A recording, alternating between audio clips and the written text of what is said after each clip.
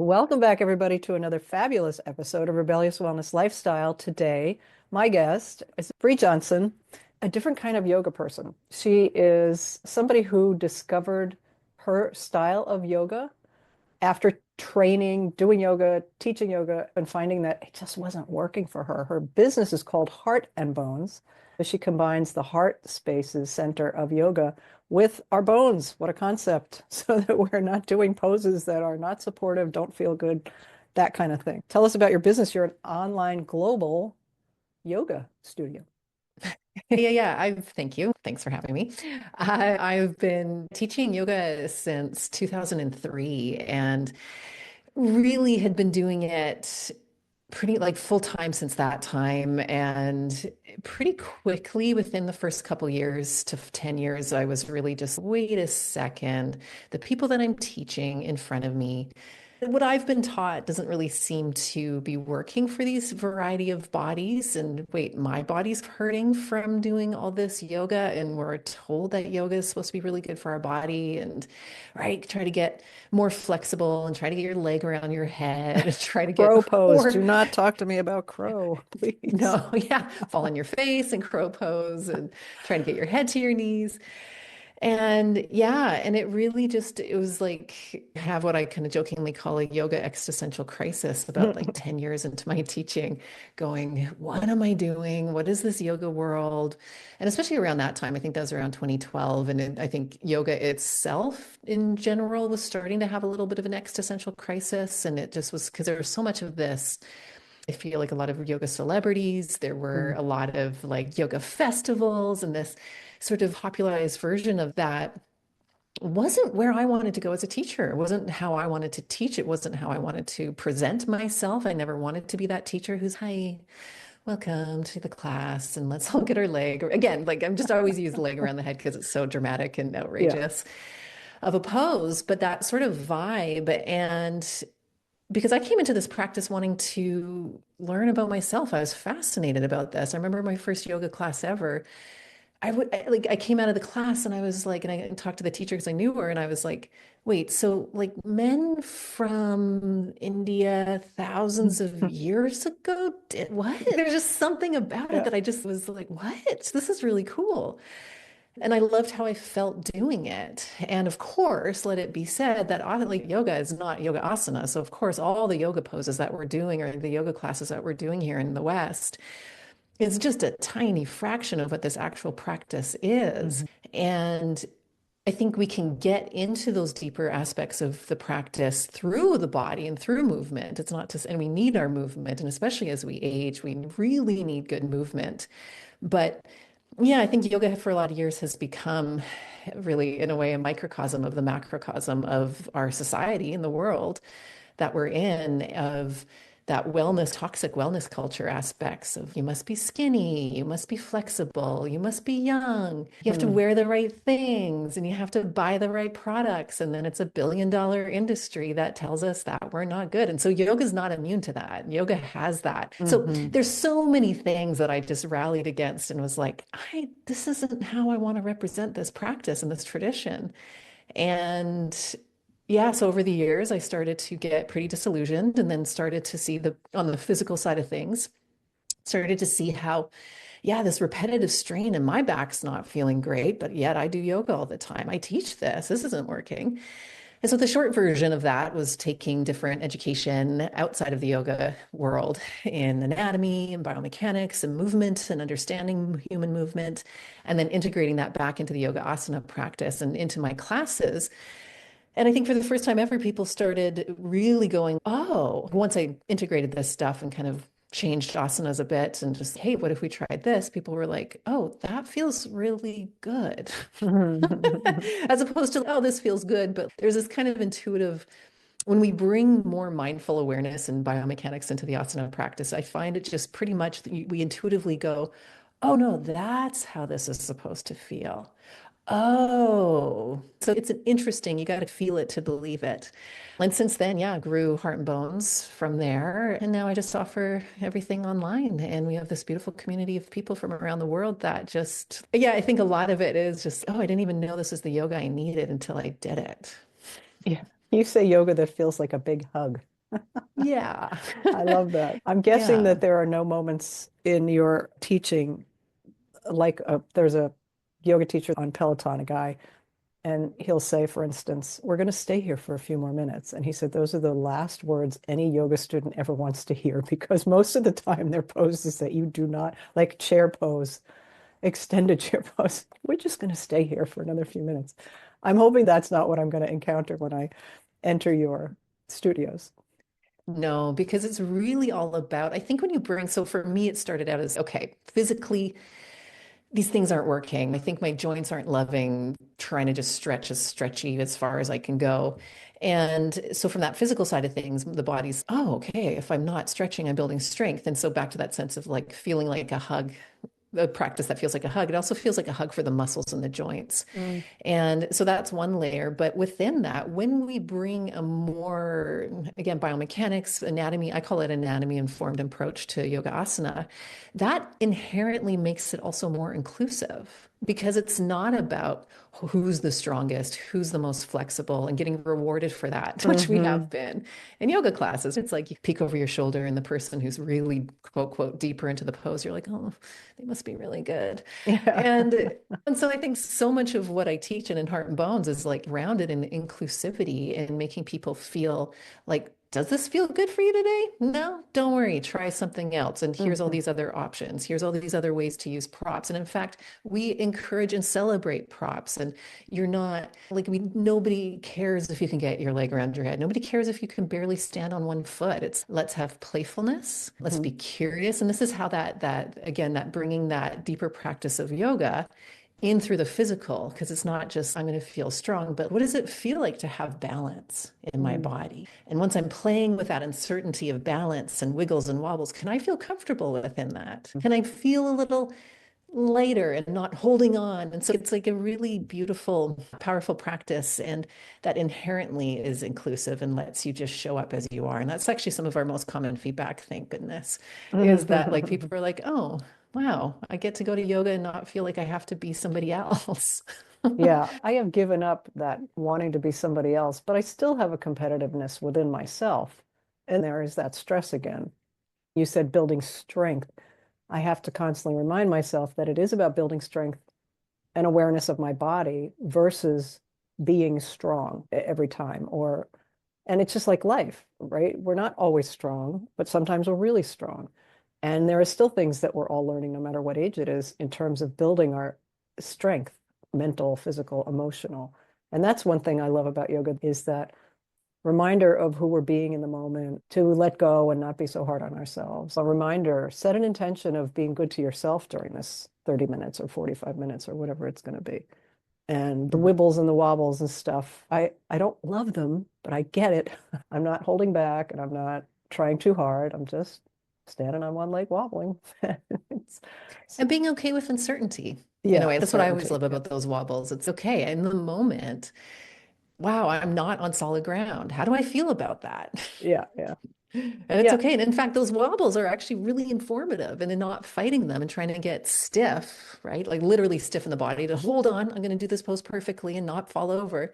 But actually, when it comes to balance, I often tell people, I'm like, I don't want you to ever get good at it because because there's always more like, yes, have a moment of, okay, I held it and I didn't fall over and I feel great. Now, okay, but I'm wobbling again. And how does that feel to wobble? How does that feel? Okay, here, that's okay. And I'm actually safe. It's a beautiful, like specifically when it comes to balance, it's a beautiful practice to teach your nervous system comfort in the uncertainty, Mm. comfort just practically if you live in an icy part of the world when wintertime, being able to just wiggle and wobble on ice. You're on a slippery Mhm. moment and you didn't fall because you've trained your nervous system, your body. Oh, I'm okay in this sort of uncertain moment. To then, of course, the bigger, more deeper work of that of, oh, life is uncertain. I don't know what the future will hold. The world is wild right now. Yeah. How can I be? How can I be in this uncertainty and not feeling the ground solid? So there's just so much beautiful practice within yoga, but I think that, yeah, a lot of it can get lost in popular yoga culture and mainstream yoga, where again, it still pulls in our larger systems of power of the world that are like, we want you all to be like this, and you're not good enough as you are. It's a really like way to disrupt those systems within ourselves of, yeah, okay, here I am Mhm. falling over today. Great. And that's okay. Yeah. I love that Or you wow, I'm mentioned getting really props. annoyed at falling over Right? We're today. getting annoyed. We shouldn't be getting annoyed. I'm shitting on myself and I really, it's Mm. whatever. I get annoyed. Okay. So then I can let it go in the next moment. You can see my yoga blocks are in the corner there. I really love props. And I love when a teacher says, you might want to get your blocks in case you want to bring the ground up closer to you. What a way of reversing, but I feel like I need it because I'm not able to get down to the ground, but it's let's bring the ground to you. Same with chair yoga. I've heard instructors say that too about just bringing the earth up a little so that you can participate in them. And I think that props, it, it feels really good to use a strap. I just like that extra little bit of like hugging. It's like I want a little extra oomph out of that pose. So anybody listening who hasn't, if you don't have props and you want to learn more about yoga and do more yoga, don't be afraid to get some props. They just Mhm. all work to make you feel better in the poses.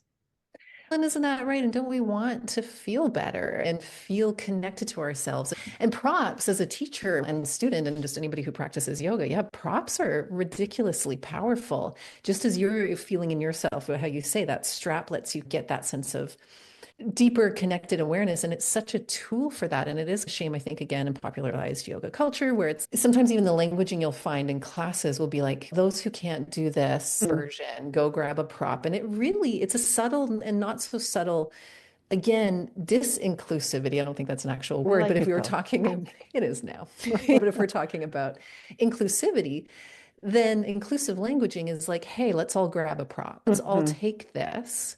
Because especially for me as a teacher, knowing the body so well, it's like what I want to teach somebody in a movement, let's say about some shoulder engagement for the healthy, strong shoulders. I know that using a strap, for example, or a block is actually going to kick on that awareness and those muscles more effectively. So it's not about, oh, if you don't have the mobility to do this, it's literally for especially the way that I teach, it's this block is actually going to help you be stronger and do this better and actually get this activation that we're looking for to get that hug feeling for the joints. So props, yeah, I think the more and more people, and I also teach teacher trainings, and it's an online teacher training with people around the world too, and that what's lovely about that is that so when we're teaching teachers, that's such a big conversation in the teacher training of using props and really thinking about the languaging that we're using and helping to change that conversation that props are for those who can't. Mm. Props are for, and no, in fact, I encourage, and I actually call them, and I also call this anatomy informed approach, the great equalizer in a lot of ways, because again, when I say traditional yoga, more like popularized yoga, what we've seen of just this, like, I need to get my head to the knees, like pushing type stretchiness. And yeah, so popularized or traditional-ish approaches to yoga asana tend to really focus on that. And so when you're teaching in that way, those who are super bendy, the super bendiness gets amplified. Those who aren't as bendy also just shows how not bendy they are. But when we bring this more anatomy informed approach, I call it the great equalizer because the same cue works for both types of bodies, and they Mhm. both end up looking similar because we aren't trying to look for who can get to be the most bendy. It's all about this mobility and activation in the muscles and joints, which you look around the room and you all of a sudden go, oh, that super hypermobile person is no longer able to get their head to the knees because we've really focused on engaging the legs in a way that they're not used to, matching the person who's maybe a little less mobile. And so it's like a really lovely equalizer in that sense and really powerful. And props are a beautiful way to help increase that.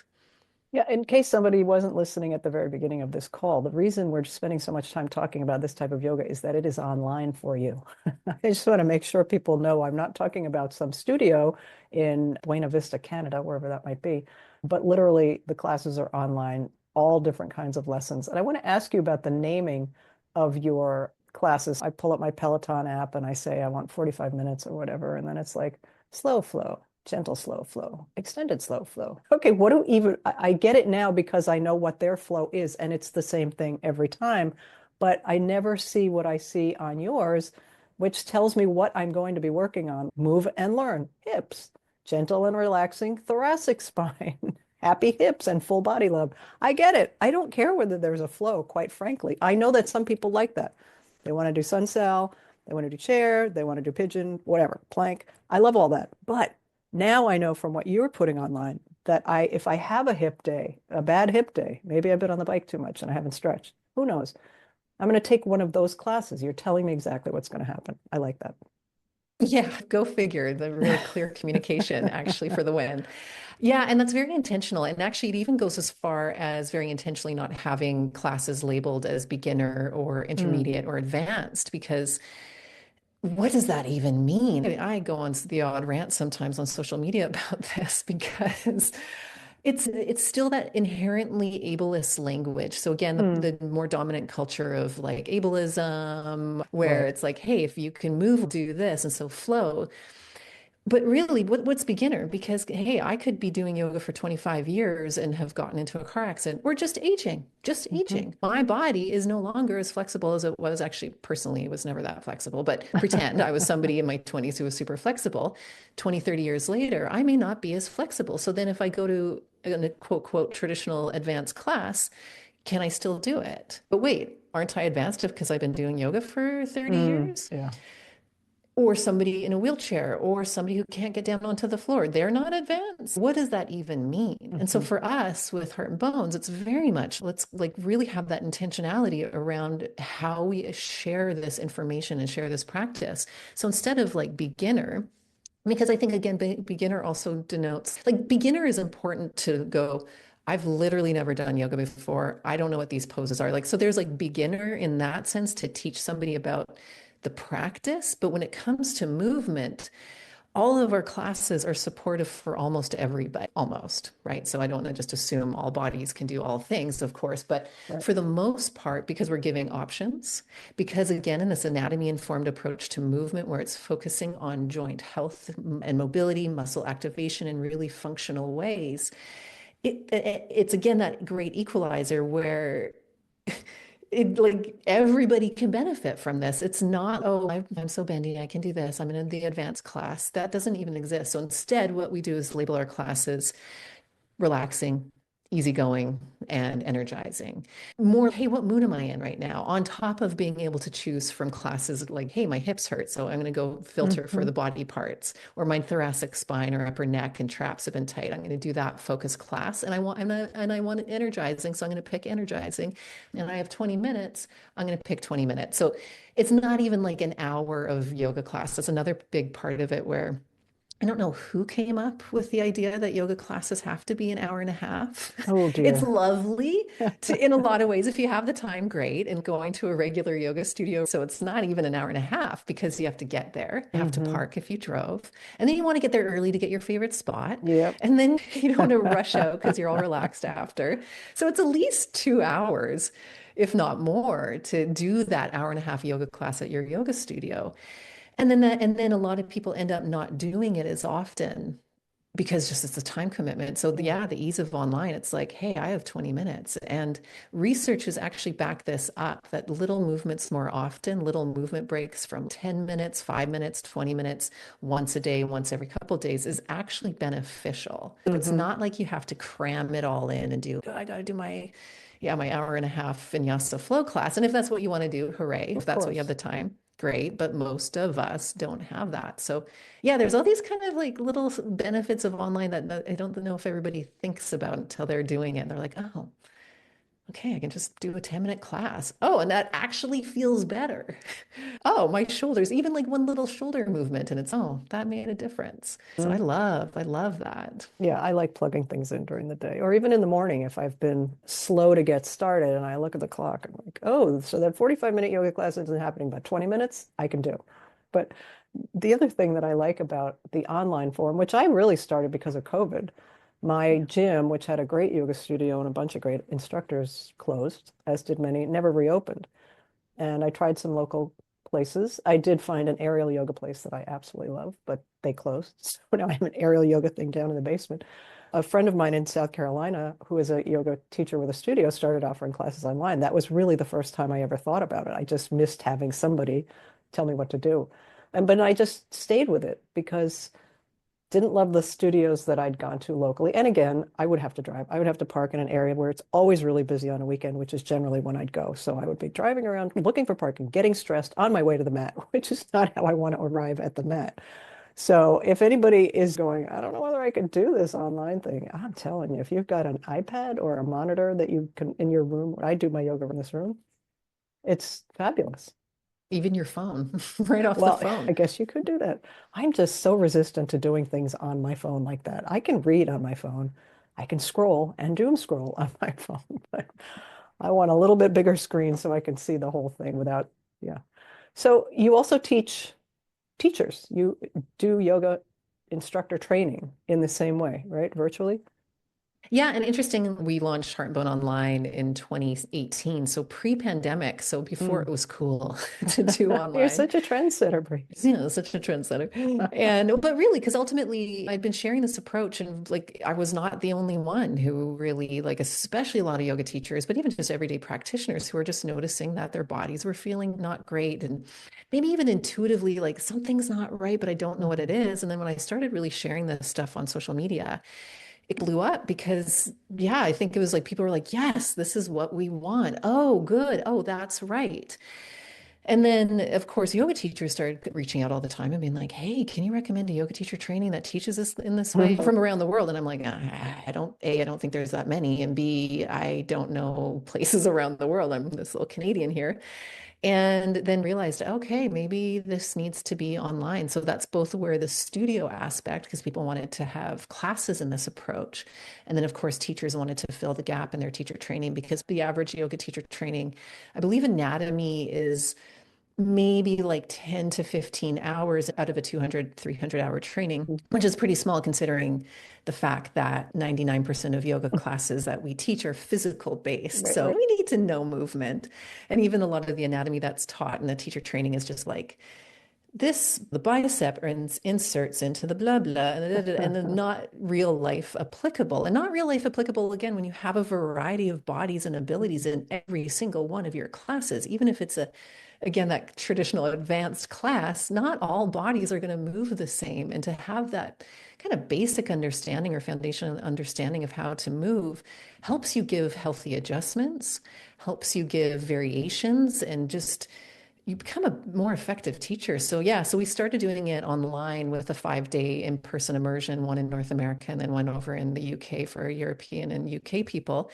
But then, so it was a hybrid online course and in person, and then COVID hit and we couldn't really continue doing that. So it's become, since COVID 2020, completely online, and it's actually amazing. It's really surprising because I was a little bit resistant. So I was like, no, we got to still have that in-person ability, but just like regular online yoga classes are super helpful and convenient. And accessible. It's the same for a teacher training. It's like you get to have all of that information, lifetime access. You get to repeat and rewatch videos. We do twice a month live calls where we all come on Zoom and talk as a community. We also have like smaller mentorship groups. So people who are previously trained as our teachers in the training, they do small mentorship groups in Mm. different geographical locations. So it's even more in-person feeling for people. And like, no training is ever perfect, including an in-person one, because you can't go back and reteach Mhm. in the same way that you can go back and rewatch the same lesson in the online. And plus, people from all over the world can come. We've had people in almost every country take this Wow. training, and it's really a gift to know that this accessible, anatomy-informed, inclusive approach is reaching more and more people. Mm. And it's a product, I'm going to say what our times needs, if I can speak for the universe, is this more accessible for everybody kind of approach. Because as you mentioned about, never mind all the hype around perfect yoga and celebrity yoga and all these other things, I still think some people feel left out of the yoga movement. You can make spandex tights in all sizes and colors and stuff, but if you don't actually speak to the person who is different or differently abled, then we're back to square one, right? We don't want, you can't come into this class because you can't do X, Y, and Z. And I don't think it's intentional by any means. People don't want to be exclusionary that teach something as spiritual as yoga.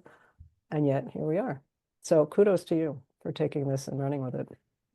Thank you. Yeah. And again, it's important in the times, it's always been important, but yeah, in the times that we're in where things are, and governments and countries are trying to be more exclusionary. It's our way of like among many acts of rebellion that are needed in the times that we're in. And it's no small feat that when we offer spaces that people can come into that feel like themselves, we are actively doing the opposite of what the powers that be want to do. And it's not, okay, did that topple the government? No, but is it like creating an impact on some individual personal? Have you ever, and I get very excited and passionate Please about do. this because, again, we know there's so much othering right now. There's Mm. so much othering. But the power when we go into a space when you're just, you get to be your wild and wacky 100% self. And it's, oh, then I get to do this class that, oh, you mean I don't have to do this pose this way? Oh, you mean like it can seem small, but again, it's so profound. And I actually appreciate what you just said about a lot of the teachers who maybe unknowingly or not unintentionally teach in a exclusionary way. I think this is the power of our practices to even see that in ourselves. So that goes back to, again, these systems of power that are based on hegemony, like people trying to be the same. And this shows up in who we are. This is the water that we're swimming in. Our yoga practice, the deeper aspects allow us to see how these systems show up in ourself. So that teacher who maybe didn't intentionally teach in an exclusive way might have a moment of awakening and going, oh no, I actually made that person feel uncomfortable, or oh whoops, I didn't make a more accessible class than I thought I did.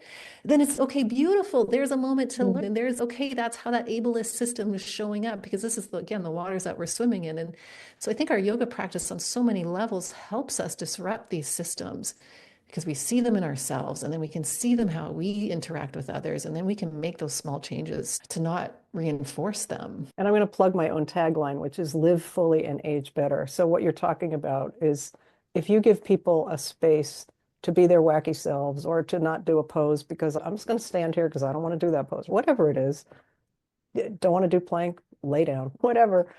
That person leaves and they feel, I think you use the word or empowered. That is going to carry through in their life.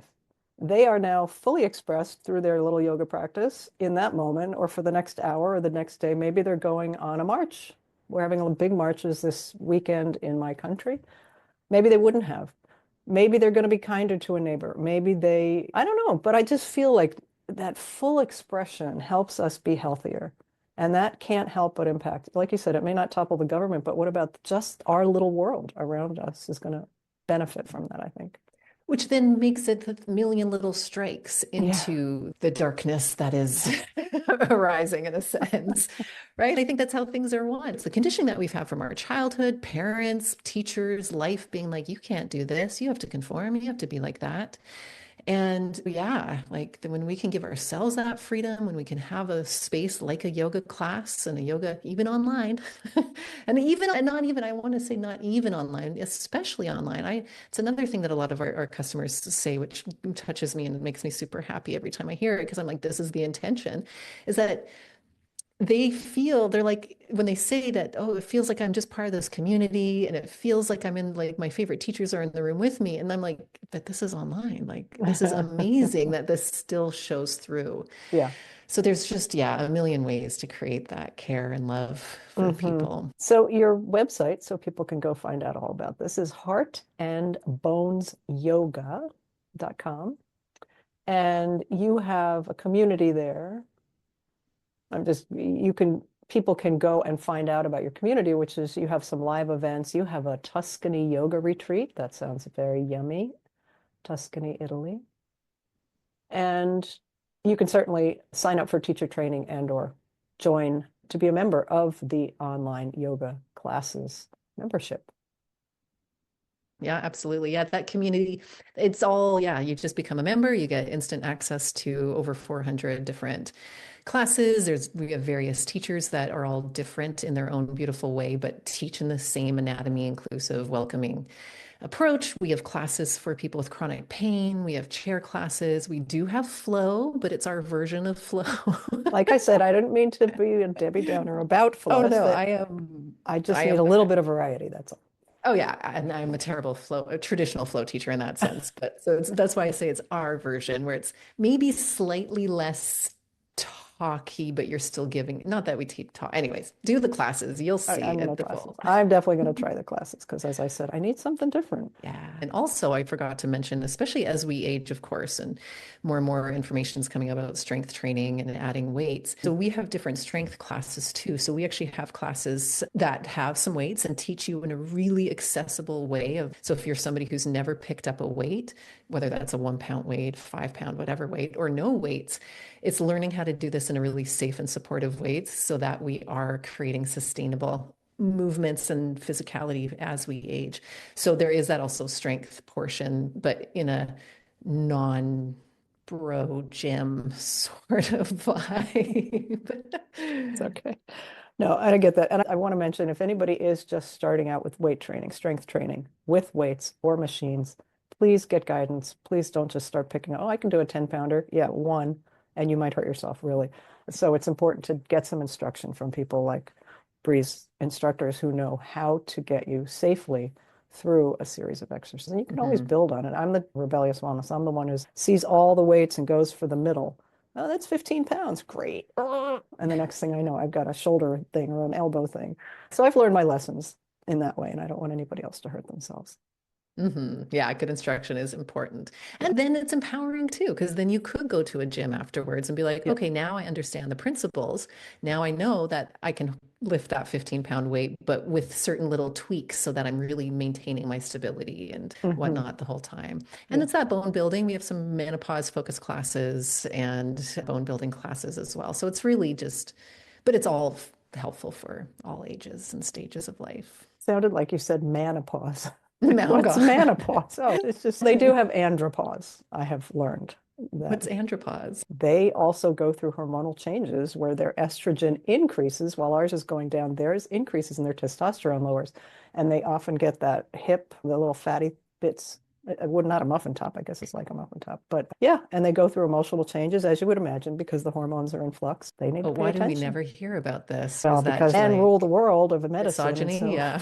they're not going to talk about what's happening to them. No, and the hormonal women. And It's oh, all here's our fault, the hysterical women. So, what do you want to leave us with, Brea Johnson? This has been a great conversation.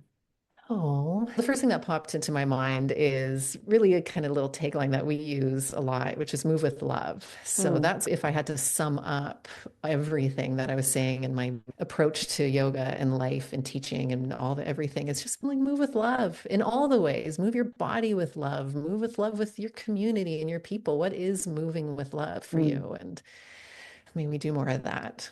definitely, 100%. Great way to end the call. Thank you so much for your time and your expertise. And people, if you want to try some online yoga, heartandbonesyoga.com is a really lovely. I'm going to definitely join because I'm so excited about all the classes I've already seen. Yeah. Be Thanks well for till having next me. time, everybody. I will be back with another fabulous guest. Thank you, Brea.